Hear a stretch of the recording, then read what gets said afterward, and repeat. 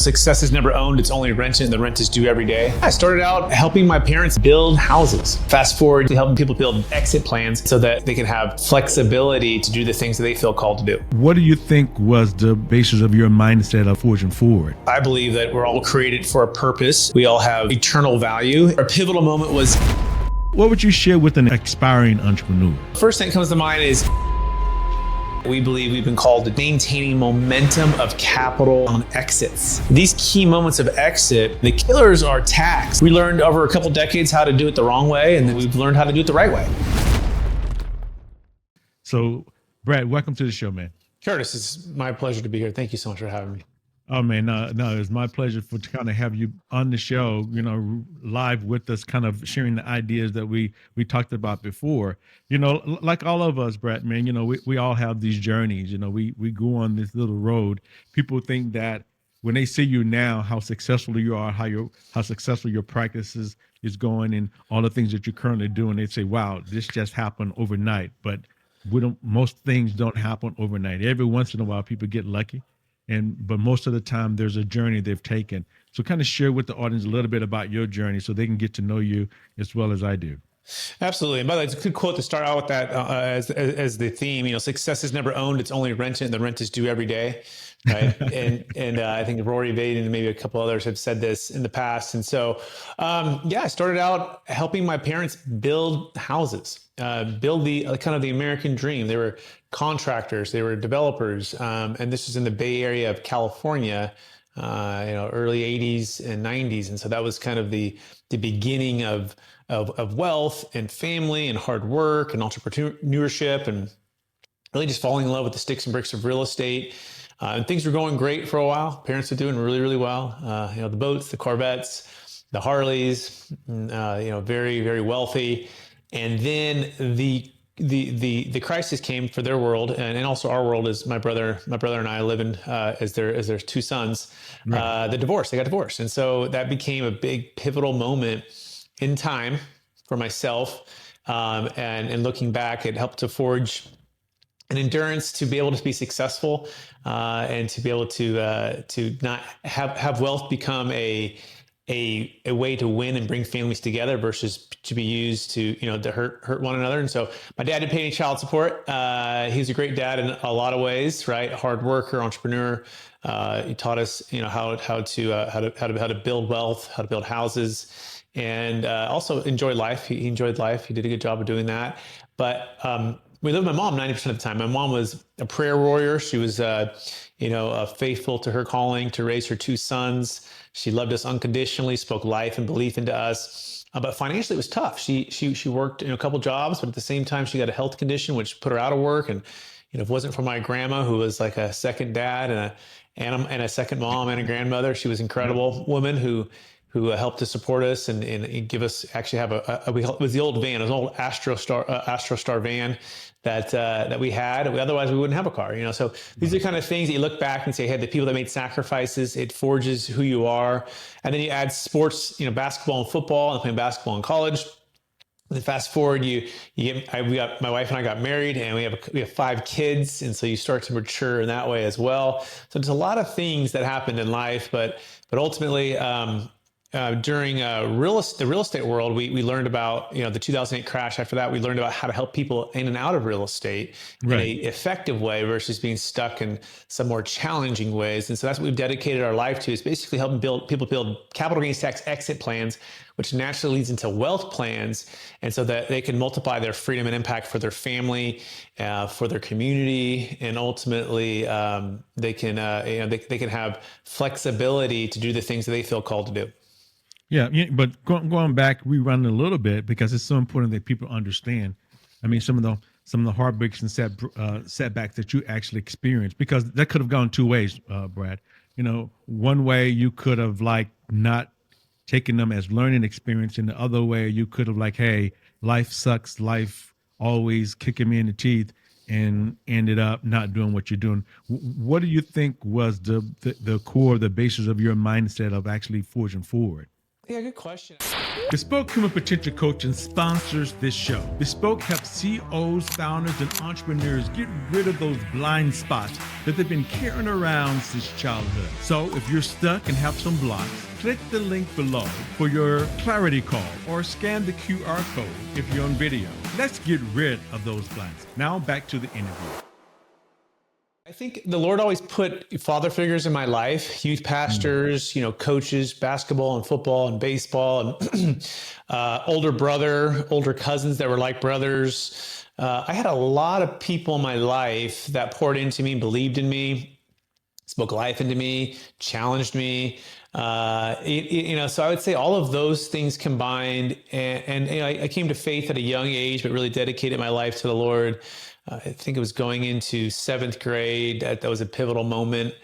And that, so just having a faith that's rooted in Jesus and the Bible, and just believing that like he can create life out of death, he can turn things around. And in fact, one of the key moments was my mom telling me to pray for my dad. If you ever come from a divorced family and you kids, I was 7 or 8 when it all happened. At first, you don't know what's going on, but you get to about age 13, 14, 15, you start asking some questions, right? And then my mom would always, hey, pray for your dad, go spend time with your dad. Like she never, even though my dad did some really, bad things, like she always came out with love and forgiveness. Right. Yes. And so she taught me that. And I remember praying and asking the Lord to help me to forgive my dad, because otherwise it felt like that was a pivotal moment where I could have chose and looked at all the things that he did not do what he should have been doing, right? And how that broke the family up.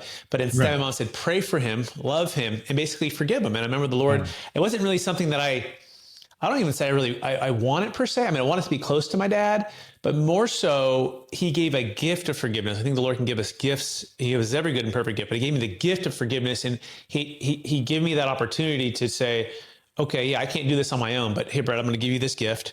You can forgive your dad. I'll give you the power to do that. And he did. And I forgave him. And it wasn't like, that was it. And I didn't hold any of that resentment. I didn't hold any of that, what could have taken over my world in that sense. Right.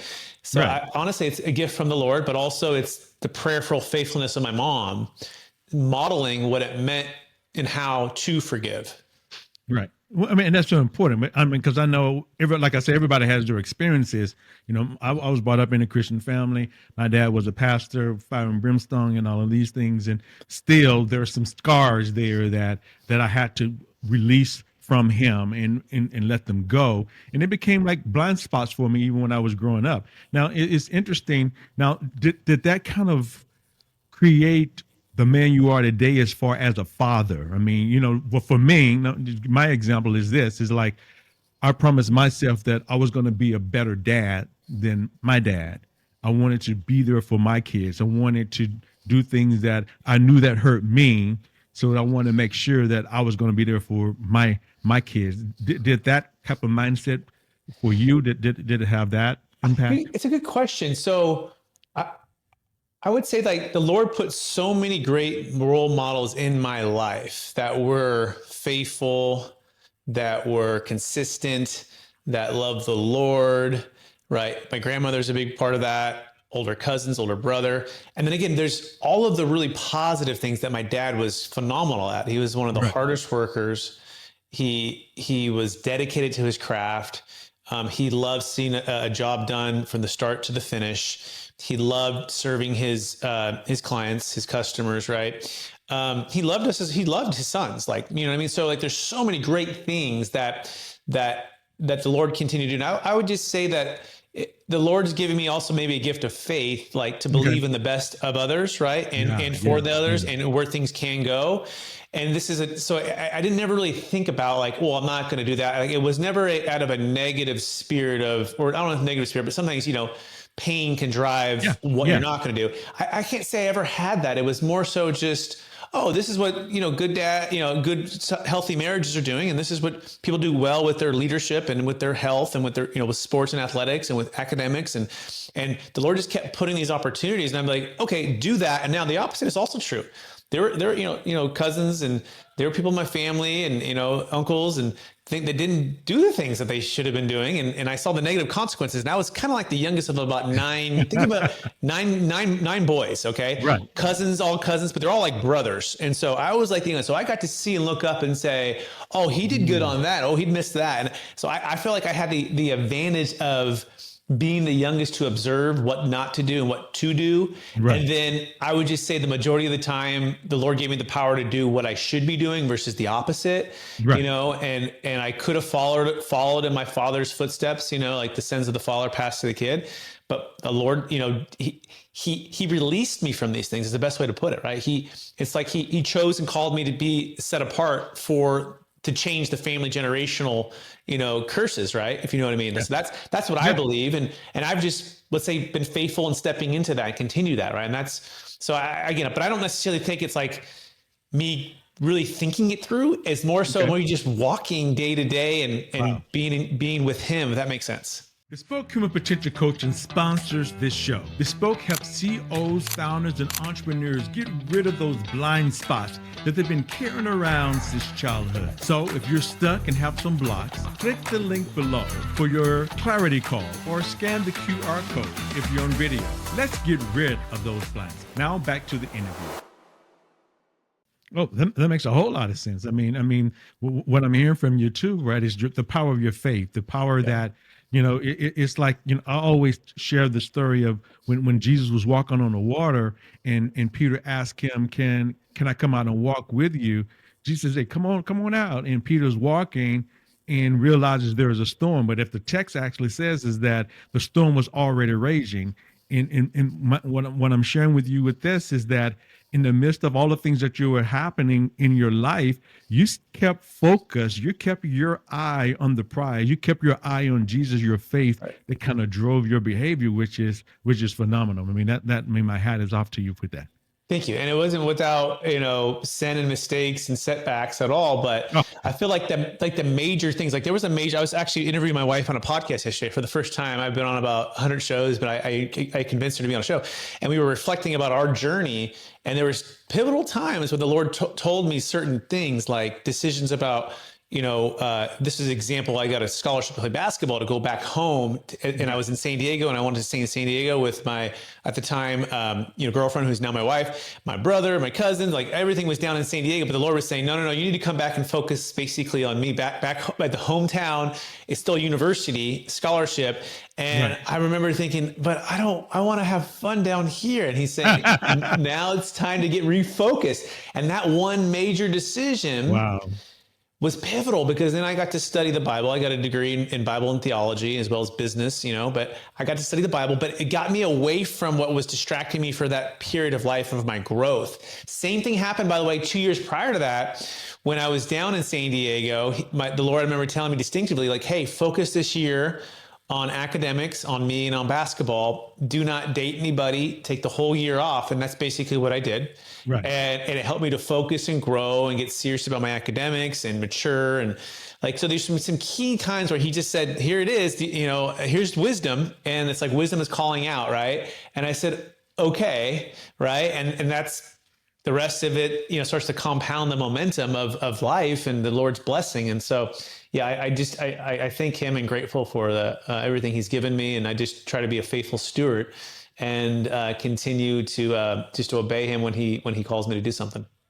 But that's important, though. I think that's the important part, Brad, is what you just shared with individuals. And this is, hope all the podcasters or the listeners get this, is that we have these internal nudges, these spiritual guidance, these intuitions that tell us to go one way or the other.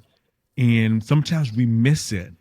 And those are some key pivotal moments. I know there's a couple of biblical stories that I can share. I think with Elijah, when he was running from Jezebel, he's like the pivotal moments where God came to him in the silence and says, hey, why are you here? Why are you where you are? You shouldn't be here. You have the power of me walking with you and in you. And he was running from this woman. But the intuition that I want to focus on, what you just shared, is powerful, man. Is that because a lot of us, we miss it. We miss opportunities because we don't listen to that voice within us to say, move this way or that way. So what is, I know you might, I have an idea what you might say, but can you kind of share something on that a little bit about what was it that still drove you to make those right decisions versus the other decisions you think? Yeah, I would say two things, and one of them goes back to the pain of what my mom did suffer with the divorce, right? And just Mm, seeing how heartbroken she was. I mean, she loved my dad so much, she loved us so much, and she was devastated. She never remarried. She still has never remarried. She never really even dated. She just focused her time on the Lord and on us sons, and and we were grateful for that, at least until we were out of college and stuff, or at least into college. So I just remember seeing that pain, but I also saw the joy in her that she had in the Lord. Um, I would say that, so I would say not wanting to experience that, or so that's definitely a part of the driving force. Um, I think the second part would be, trust was a big thing, right? So with seeing that, I had to like trust with, like, let's just say the male figures. Male figures actually was really easy, like right. coaches or my friends or my brothers or my teammates. Like the male thing was easy. Like I'm a male, but there was something about the opposite, sex. I was just very cautious because I didn't want to experience the pain that my mom went through. So I also had to learn how to protect my heart, right? And how to, an example, like I never told a girl I loved her until my wife, when I asked her for her engagement, right? And so I remember the Lord telling me, like, hey, and when you're ready to say this to someone who you want to marry, right? Like it's a commitment. It's not a feeling, right? It's Right. it's an action. It's a long-term commitment. So he put that on my heart not to say that. And I remember I dated probably 4 girls my whole life, and I remember that they would say that, and I wouldn't say it, and it's like, this is just not my core value for what it is if I'm going to say that, that's going to be, that's for life, right? And so Right. I remember how special it was when I did say it to my now wife. We've been married close to 16 years, and just reflecting on that kind of thing. So I think the Lord also gave me wisdom to protect my heart. He protected me from myself. It's not even so much that he protected me from the girls. He protected me from my own self, right? From where I could have gone with all of that. And instead he protected me.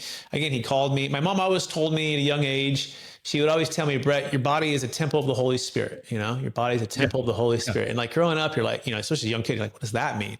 Right? Body is a temple of the Holy Spirit. So guess what I tell my kids now? Hey, what's your body? And they say Right. it's the temple of the Holy Spirit. And so I continually, put this in their hearts, into their minds, what it is. And that one core truth, protected me and me from others that could have led down to a whole other, path of destruction and sin, right? And instead the Lord protected me and protected me, for myself. And so those are just some of the things that it just, my mom prayed a ton too. I would say that's probably, honestly, probably the most important thing. I had a prayer warrior of a mom who was praying, who was encouraging, who was loving, who was fully all in, engaged. Even now she'll call, and she would spend hours with me if I had the time and the energy to do it on the phone. How are you doing? I'm praying for you. Here's what the Lord's telling me about, to tell you. Like, I mean, she's all in, committed to her sons, Wow. right? She's an amazing mom, and we love her, and she's so grateful for her. So yeah, those are the blessings. And again, the context when you're growing up, you think that's the only thing, but then you get older and you go, oh, there's different experiences, and not every mom was like that or had the Right. ability to be that for her kids, or or even the dad. And so then you go, oh my gosh, the Lord was protecting and blessing me even though things were challenging, right? Yeah. Especially Yeah. financially. Yeah. Yeah, I mean, and that's what people don't understand too. I mean, and we'll move from that, but people don't understand is that the challenges or the storms don't stop because of our faith in God or faith in the universe, whatever we want to go. Basically, we're still going to have those challenges, but we have the resources. You have the resources within you, the Holy Spirit working within you to kind of withstand some of those things that could have driven you to a different path. That 1,000%. that's so key. That's so Yep. key. So, what would you share with a young aspiring entrepreneur? I mean, you've been basically an entrepreneur all your life, or been around entrepreneurship. Or what would you share with an aspiring entrepreneur? Yeah. So a couple things. So the first thing that comes to mind is, on just where we're on the faith topic here, right? if you don't have faith, like I would encourage you to explore that and ask these tough questions and know that, I believe that we're all created for a purpose, and we all have eternal value, and we all have certain gifts the Lord's given to us, and the Lord loves us, and he wants to bless us, and he's for us. And so, like, read the Bible, right? Go to church, right? If you're not willing to go to church, at least read the Bible, right? And like explore your faith on that side. Okay, assuming you have faith, right? And you already have my faith, and I want to grow in that. Right. Well, I remember a pivotal moment was getting discipleship. So I had gone to Bible study. And by the way, just to give you more context, my dad is not a believer. And so I grew up with both sides of the argument, if you will, or the worldview. My dad, not a believer, more agnostic, he was never like negative about it. He was just always just neutral, just kind of a neutral, like, and in fact, looking back, he says, your mom did a really good job with, raising you in faith. I really respect that. I sense and see and feel love in a different way from you and your brother. And so he has recognized like the power in faith, but he's still agnostic. Let's just say it that way. My mom is a believer, right? She believes in Jesus and the Bible. She loves us, right? So they had both worldviews. But the point of that is I had gone to church with my mom, and then my dad, we wouldn't go to church. And then we'd go to Bible study, and I call it fellowship Bible study, where you are studying the Bible, but you're really just kind of hanging out, having a good time, and, fellowship. There's nothing wrong with that. That's important.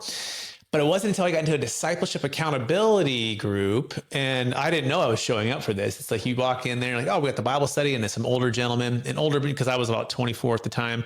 And people were in their 30s or 40s or 50s, 60s, 70s, like all generations. It's about 20 guys. And I'm like, all right, here we go. Cool. I'm studying Bible and theology in college. Like I love learning about the Bible. Let's see what these guys that have wisdom in front of me have to say. And by the way, some guys were divorced. Some guys were married for 40 years. Right. Some guys were businessmen. Some guys were in the church. Some guys were doctors. Some guys were attorneys. Like it was every single walk of life, entrepreneurs. So it was really great to be able to get into a discipleship accountability group. So the first hour we just discussed the Bible, which I was like, oh, I got this. This is easy. I've done this for all my life. I'm studying it, right? Cool. Second hour was, okay, shift. And this was the shift I thought was over. Like everyone stand up, like, all right, take a little break. All right, we're coming back for accountability and prayer. I'm like, oh, okay, what's that? And so then we broke up in these smaller groups of like, 5 to 6 each, so it's like 4 groups around the room. And now they're going through like these 7 or 8 questions that every man basically faces these temptations and these challenges. And they start going through it. Chuck Swindoll wrote a book and has a whole like ministry around this. And so they start going through these questions, and they always say, hey, by the way, it's your first time, like, or any time, like you don't have to feel like you're pressured to answer the questions. All of this is confidential. And, but we're here to pray for you, and we will pray for you for these things. And it's encouraging accountability, right? That like everything that the Bible teaches us to do, right? And so I remember going around the circle, or they were going around the circle, answer the questions. And the first one was like, oh, have you read the Bible this week? And that was a pretty easy question. I'm like, yeah, I read it sometimes this week. But they specifically said, have you read it every single day this week? In the last 7 days is kind of the goal. And I remember going maybe twice or 3 times, maybe ish, but it wasn't like a process. It wasn't planned. It was just kind of ad hoc. Yeah. And so that was one of the questions. So we keep going around all the questions. And so, the questions get a little more intense, but in a good way. And I remember the Lord saying, here's an opportunity. I literally remember and so the guy, because they're answering the questions and I'm like number 6, right? So they're going around and he's like, here's an opportunity. Well, you're going to step into it. Right.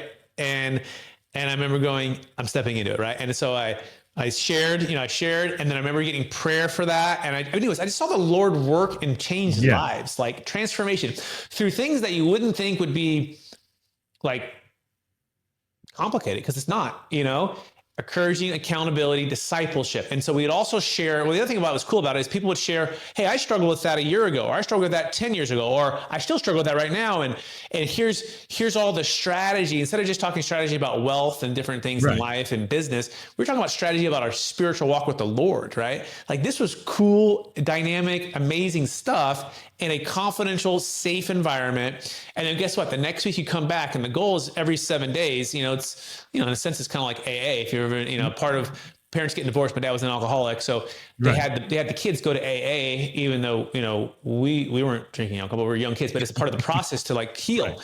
And so Right. I remember like going to that. I'm like, oh, this is kind of like what my brother and I used to go to at a young age when my parents got divorced. And I'm like, there might be there's probably some wisdom here. And so basically I did that for 5 years, Curtis, 5 years. Wow. And I got discipled over 5 years. So I would say if you haven't been discipled and you're a person of faith, please consider not just joining the fellowship where everyone's your same age, Right. and or even worse is, and I'll say worse, it's still good, but it's just not the best.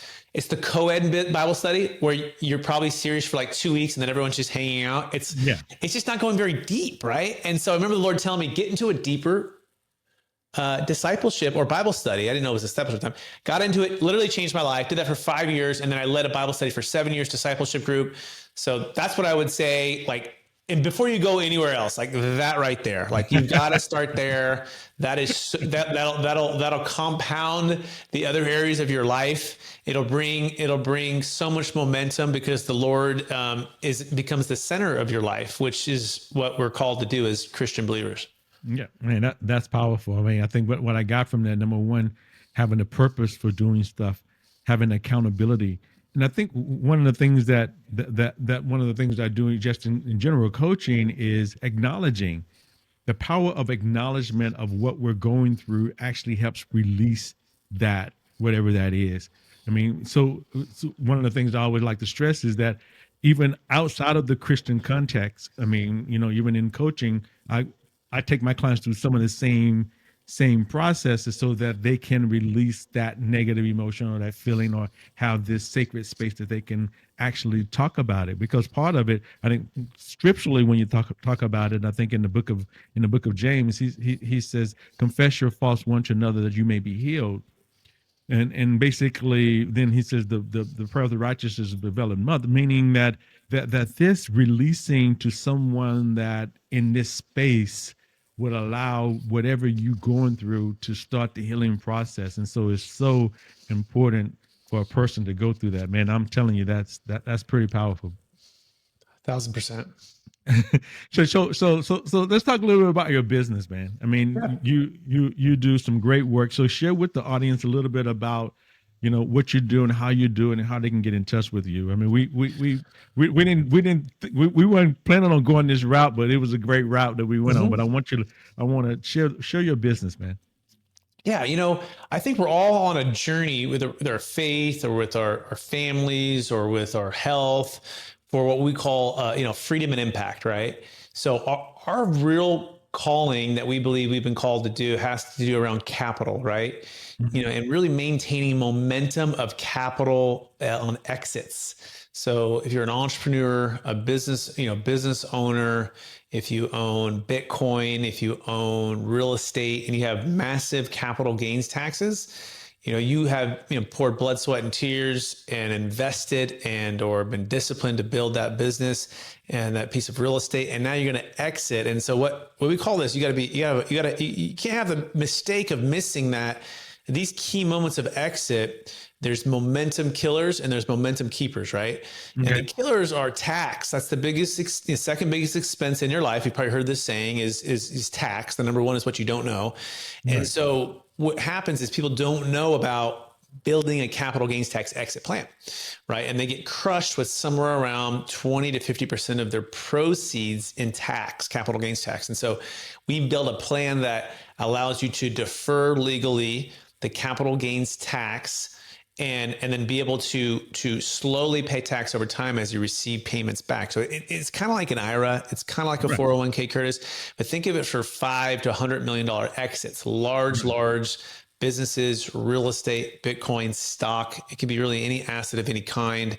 And then when you sell, you can defer the tax. And then the freedom part is really what's really neat, because a lot of our clients have been spending a lot of time and energy for the last, number of decades on this business, on the real estate, and they're ready to harvest the gains and really open up the freedom for their time and their energy with their family, or to make it, to start a new business or do something different for their next chapter of their life. And so we're helping them move from success and the wealth part to significance with the legacy part, right? And that transition is maintaining that momentum with the tax. And then the next layer of this is building what's called like an elite dream team of wealth advisors slash real estate advisors slash tax professionals. So it's kind of like a mini family office. A lot of people may not be familiar with that, but the wealthiest families, in America or really the world have what's called family offices, where they're really systematizing and bringing in the best experts for the stewardship of the wealth. And so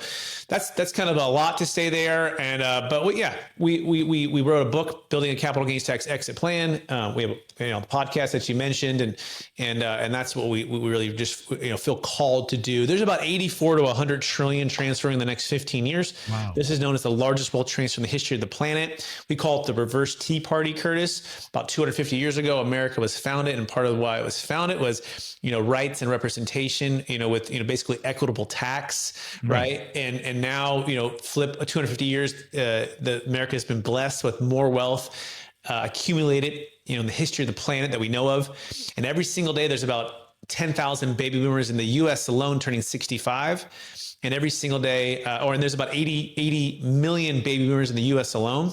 Wow. So, and there's this 84 to 100 trillion transferring from the baby boomers to basically the millennials in the next 15 years. And so we call this the reverse Tea Party, because whoever has, I guess, control or stewardship of the capital will be able to help MVPs be a blessing, create jobs, the entrepreneurs, the real estate developers, to create housing.